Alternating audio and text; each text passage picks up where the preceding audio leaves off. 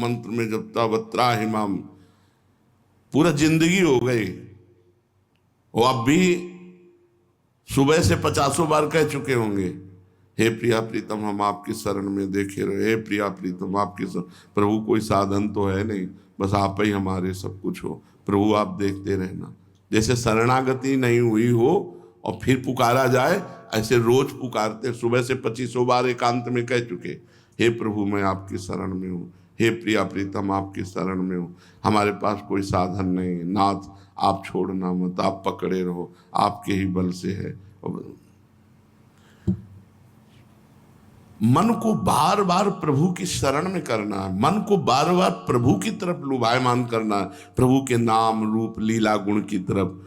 ये ऐसे लड्डू हैं कि खाए तो मरे और ना खाए तो मरे, ना खाए तो मरे और खाए तो मरे।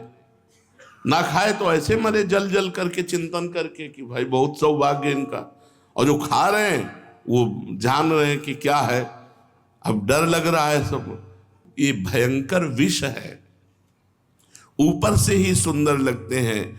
अज्ञान रूपी शत्रु ने ठान लिया है कि तुम्हारा नाश कर देंगे।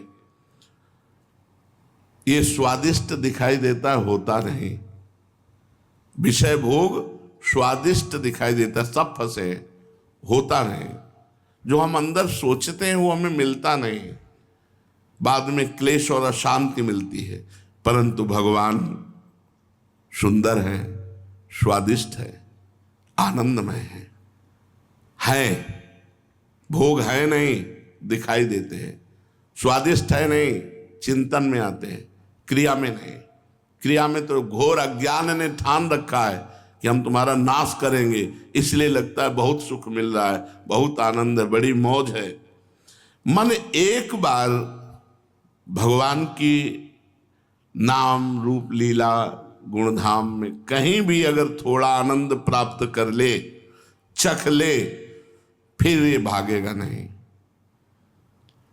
तो कभी कभी प्रभु से भी कहा जाए, प्रार्थना की जाए, रोया जाए कि तुम्हारे रूप में घटेगा नहीं कुछ महाराज, हम छुएंगे नहीं, दूर से बस ऐसा रूप दिखा दो कि हमारा मन जो है तुम्हारा गुलाम बन जाए, कुछ घटेगा नहीं। और आप नहीं दिखाओगे तो माया दिखा देगी, और माया रूप दिखाई देगी तो हम पहले से गिरे हुए, फिर कहोगे हमारा भगत कहला करके माया के दरवाजे में खड़ा है। कभी कभी प्रभु से एकांत में अपनी दीन बातें करनी चाहिए, हम तो करते हैं, उसी से जीवित हैं, उन्हीं से बात करके जीवित हैं। सच्ची बात मानो, उन्हीं से बात करते। ये रस ऐसा है कि इसमें कभी ये नहीं आ सकता कि हमारे में 100 ग्राम ज्यादा आ गया, ऐसा नहीं। जितना आता है उतना ही घाटा नजर आता है।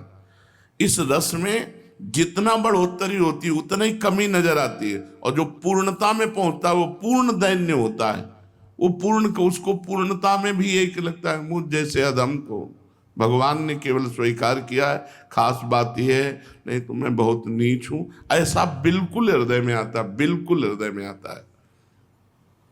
जिस दिन तुम हरि के आशिक बन गए, धन्य हो गया, जीवन धन्य हो गया। अभी हम लोग हरि के आशिकों की लाइन में खड़े हैं, लेकिन आशिक हरि के नहीं है। एक बार मंजनू के बहुत प्रेम को देख करके, लैला धनी घर की राजकुमारी थी, उसने पूरी बाजार में ऐलान करवा दिया कि मंजनू जो कुछ खाए उसका हिसाब हम महीने में। भैया जब ये खबर पहुंची तो हजारों मजनू हो गए रबड़ी खाने के लिए। और वो पर्चा पहुंचा, उसको प्रेमी और इतना बोले एक मजनू नहीं है, अब बाजार में हजारों मजनू हो गए, क्योंकि मजनू मतलब फ्री, लैला हिसाब भरेगी। तो कहा असली मजनू कौन होगा इनमें से? लैला ने कहा हम अपने मजनू की पहचान जानती हैं, कल कह दो कि लैला मजनू से मिलना चाहती है। अब हजारों मजनू खड़े, लैला ने छुरी निकाली और कहा लैला को जरूरत है मजनू के हृदय के खून की, तो रबड़ी खाने वाले मजनू से पीछे हो गए। असली ही मजनू तो वो तो पागल की तरह खड़ा था जी। बोले ये है, रबड़ी खाने वाले मजनू अलग है और खून देने वाले अलग है।